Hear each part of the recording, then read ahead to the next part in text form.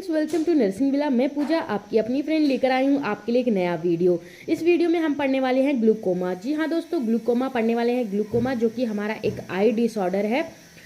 जैसे कि हम ENT डिसऑर्डर पढ़ रहे हैं मेडिकल सर्जिकल नर्सिंग में, तो उसी से आज हम कंटिन्यू करने वाले हैं अपना 13th टॉपिक जो है कि ग्लूकोमा। चलिए स्टार्ट करते हैं डेफिनेशन के साथ। दोस्तों डेफिनेशन देखेंगे हम।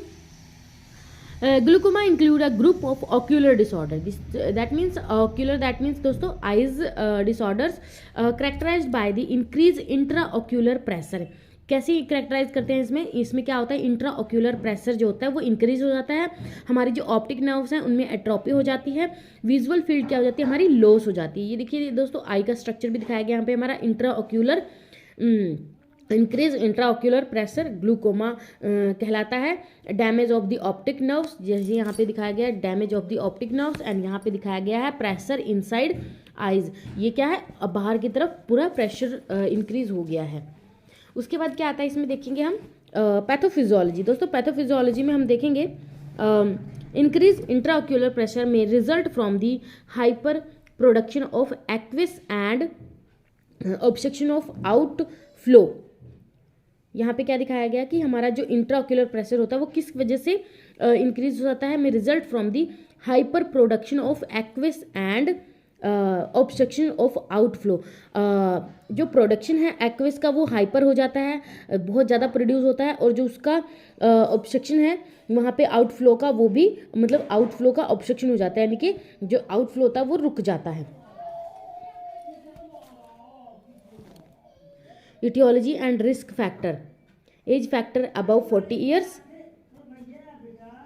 etiology में हम देखेंगे age factor above 40 years, diabetic mellitus, hypertension, drug example corticosteroid, family history, injury. उसके बाद देखें दोस्तों टाइप्स कितने प्रकार के होते हैं। हमारा जो होता है सबसे पहले होता है हमारा primary. It is of 2 types. ये 2 तरीके का होता है जो हमारा प्राइमरी ग्लूकोमा होता है।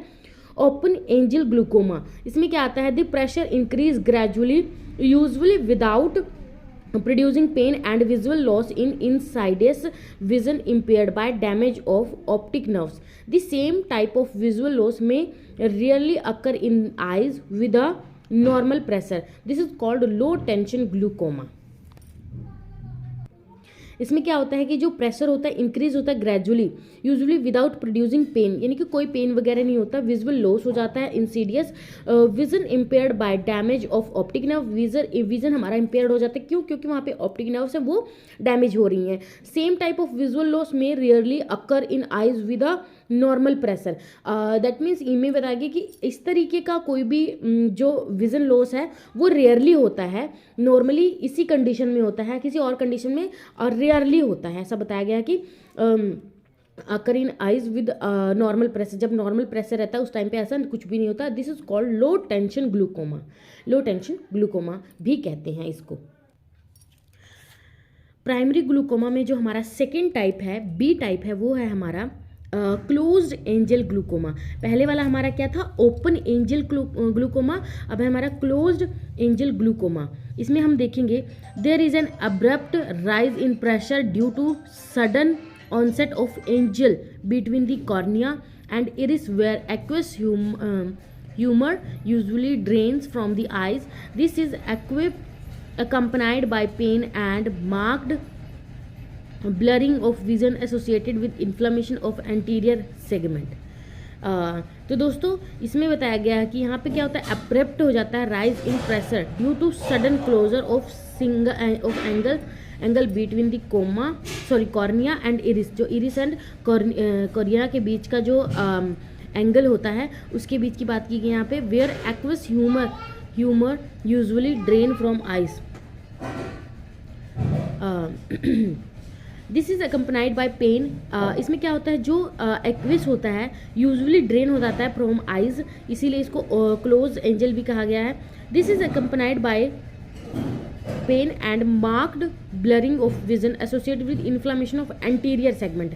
यहाँ पे क्या ये अकम्पनाइड होता है, जैसे उसमें हमने पढ़ा था कि उसमें पेन वगैरह नहीं होता, लेकिन इसमें क्या होता है, एसोसिएटेड होता है, अकम्पनाइड होता है by pain and marked blurring of vision associate with inflammation of anterior segment, और जो हमारा एंटीरियर सेगमेंट होता है उसमें क्या होता है, इन्फ्लामेशन भी हो जाता है।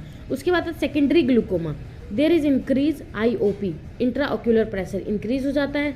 अपने हमें प्राइमरी में 2 टाइप पढ़े हैं, अब सेकेंडरी पढ़ रहे हैं जिसमें हमारा IOP इंक्रीज हो जाता है। एंडोमेटस टिश्यू में भी inhibited the outflow of aqueous through the trabecular meshwork,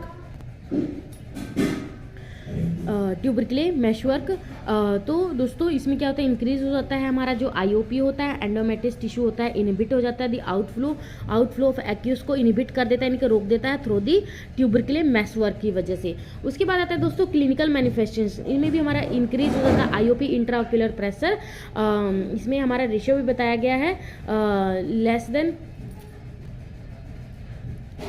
then आता है visual field, defected blood vision, difficulty focusing, difficulty adjusting I in low lightning, discomfort around the eyes, headache, pallor and cupping of the optic nerves, discs, nausea, vomiting, ocular pain। Diagnostic evaluation में देखेंगे दोस्तों ophthalmic examination, visual field examination, slit lamp examination to detect peripheral vision loss, tonometry determine IOP। Complication क्या क्या हो सकती है इसमें, optic atrophy हो सकती है एंड टोटल ब्लाइंडनेस भी हो सकती है।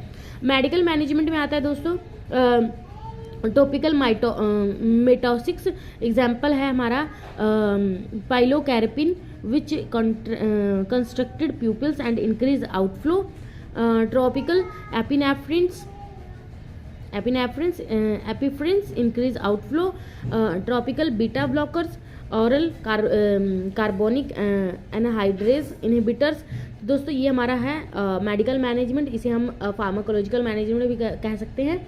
देन आता है हमारा नर्सिंग मैनेजमेंट में क्या आता है दोस्तों, provide reassurance, the emotional support, refer patient to the service that assist in performing activity of daily living if needed, explain effect of glaucoma, control medication of vision, example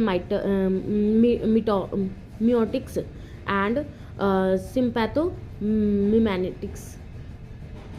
उसके बाद आता है nursing diagnosis, इसमें आता है visual sensory perceptions, alterations related to increase intraocular pressure, that means जो भी visual sensory होती है हमारी, विजुअल सेंसरी या फिर परसेप्शन होती है वो अल्टर्ड हो जाती है क्योंकि वहाँ पे कोई इंट्राऑक्यूलर प्रेशर है वो इंक्रीज हो जाता है उसकी वजह से। उसके बाद दोस्तों हम इसमें सर्जिकल मैनेजमेंट में हमारा ऑप्शन आता है। सर्जिकल मैनेजमेंट में हम क्या कर सकते हैं, सबसे पहला था लेज़र ट्रीबेक्युलोप्लास्टी, लेज़र ट्यूबेक्युलोप्लास्टी कर सकते हैं, देन है लेज़र इरिडोक्टोमी कर सकते हैं। तो पहला जो है उसमें क्या करेंगे, ओपनिंग ऑफ ट्रेबिकुलर मैशवर्क करेंगे, जो भी हमारा ट्रेबिकुलर मैशवर्क होता है उसका ओपन करेंगे। उसके बाद क्या होता है, व्हेन IOP ये होता है यानी कि इंट्राऑक्यूलर प्रेशर होता है is adequately controlled by medication, जब हम मतलब इसी में हम क्या कर सकते हैं, जो IOP होता है उसको भी मेंटेन करेंगे थ्रू दी मेडिकेशन। उसके बाद आता है हमारा लेज़र इरेडेक्टोमी, इसमें क्या कर सकते हैं, to release aqueous humor by incision on iris. तो दोस्तों ये था हमारा आज का टॉपिक, फिर मिलते हैं नेक्स्ट वीडियो में नेक्स्ट टॉपिक के साथ, तब तक के लिए बाय बाय। आप हमारे चैनल को लाइक शेयर सब्सक्राइब जरूर कर लें।